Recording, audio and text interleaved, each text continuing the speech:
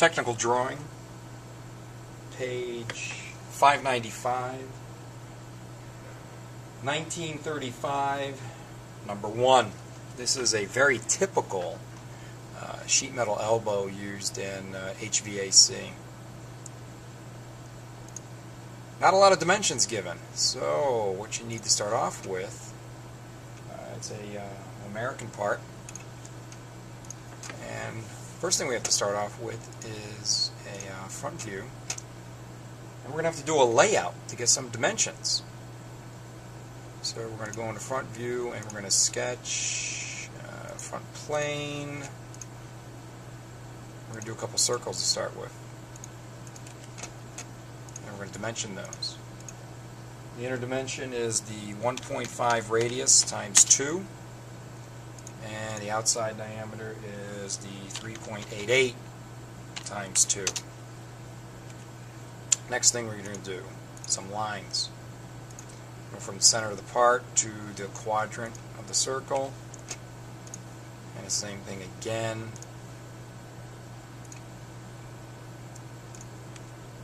Like that. And then we're just going to trim the closest pieces of circle I don't need anymore.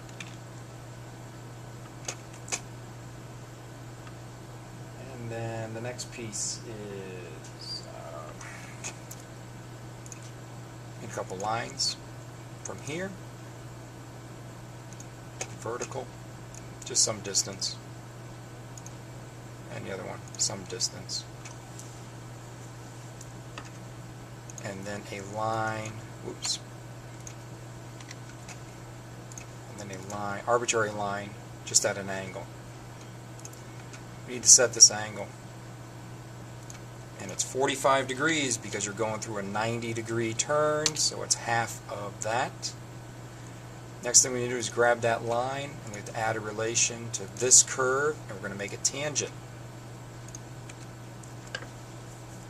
And then the last thing we're going to do is do some trim corner. So we're going to grab this piece and trim to this corner, grab this piece and trim to that corner.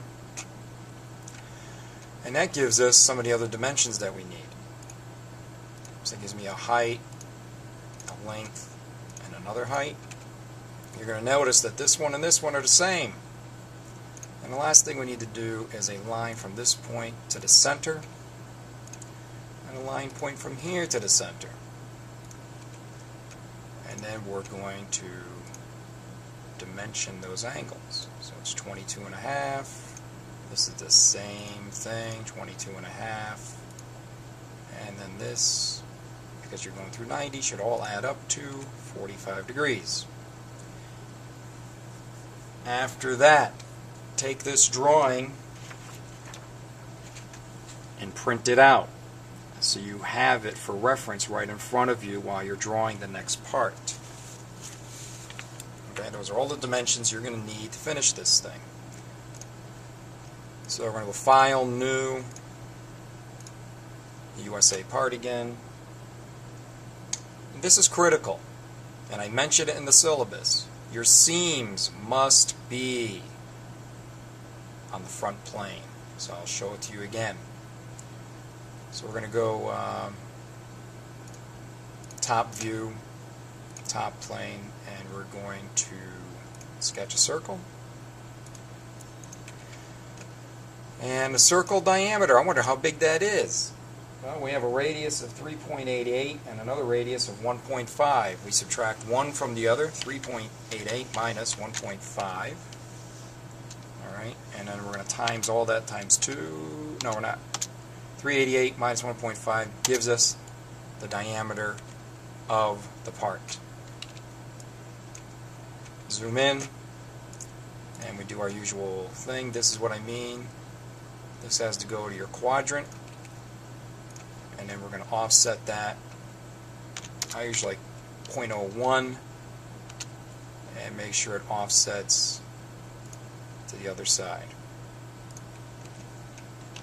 Then I'm going to zoom in, grab that, turn it to a construction line, and zoom in some more. I'm going to trim the closest and create my gap. And then if I go to an ISO view, in sheet metal, I'm going to extrude that. Leave the material thickness as 0.01, and your height is that first dimension off of what you should have printed out, 1.607. Okay, and there's your part. So if we zoom out, and now I go to the front plane, and I'm going to sketch on it. Okay, and I'm just going to do a line from this very upper corner, and I'm just going to go down to about here, and then I'm going to smart dimension from this edge to that line, and that is the 22.5.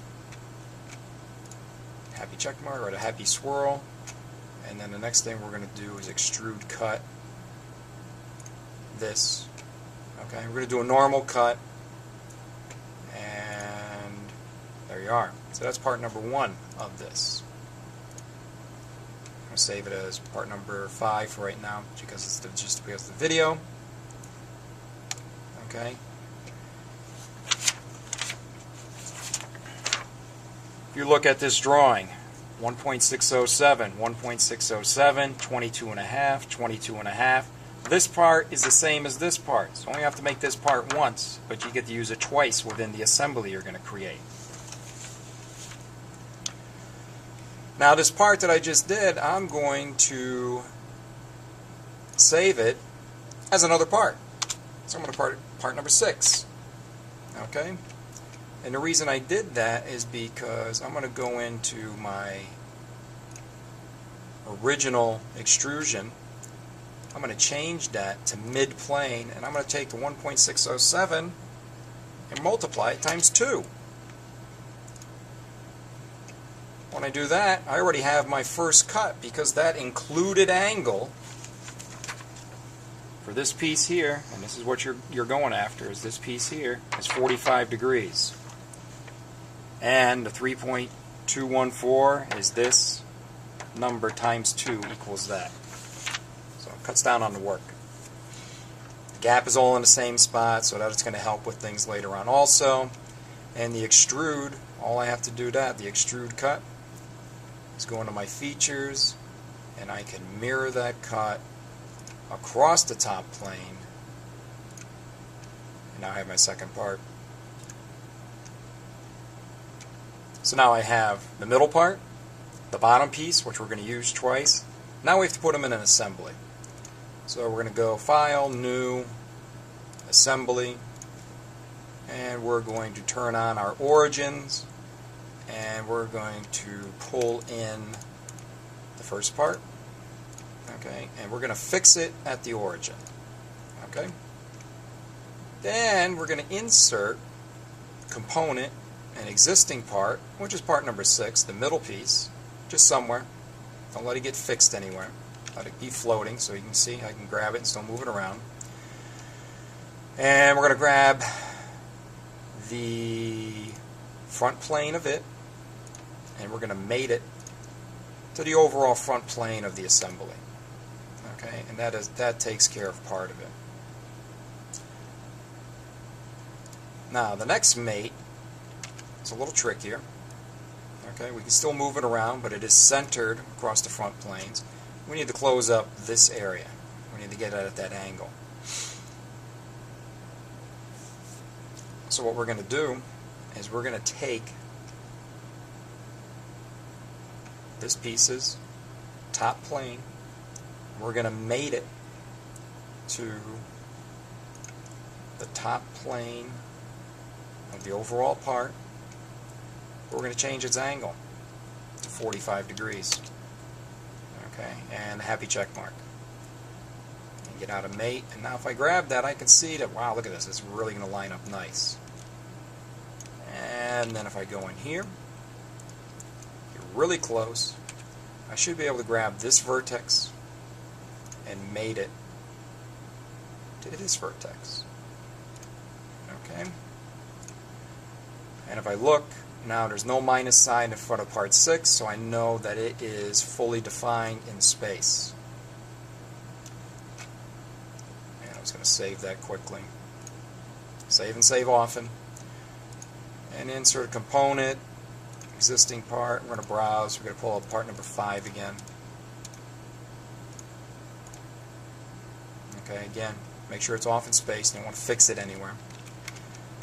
And you go up to Move Component. You're going to rotate it until it kind of looks like it's where it needs to be.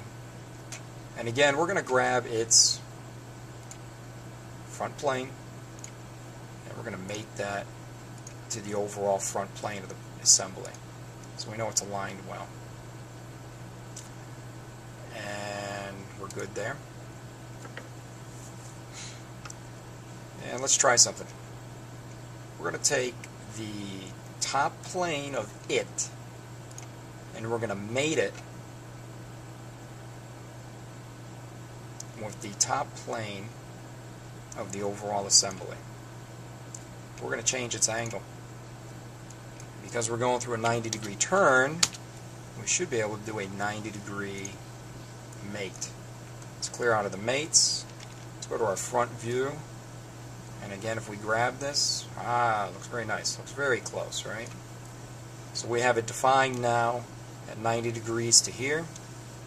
And the last thing we need to do is zoom in, and we should be able to grab this vertex and mate it to that vertex. Oh, it's not liking that right yet. Let's see. Do we have... Yeah, they may be opposite vertexes because of the way we rotated the part. So let's try that again. Let's try this one. And let's try an opposite corner. There we go. And the reason being is when we did that original seam, this seam and the other seam on the bottom part all are offset on the same side. But when we flip it over to finish this 90, now it's really the center of this part and the center of this part is where we're picking up the vertex.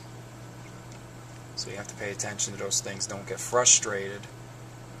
And that is the part fully assembled. And we'll save that. You have to do the seams on the front plane on these round parts, any of the parts. It's the best where I've showed it to you because that's the only way it'll let you flatten them correctly. If you don't put the seam there, you will not be able to flatten your pattern correctly. And then you have to go through a lot of other monkeying around to make it work. And then if you change something, say later on you had a revision or something, you had to change something, again, you're going to have to go back into your drawings because they will not update correctly. So you have to pay attention to where your seams are. So that concludes 1935-1.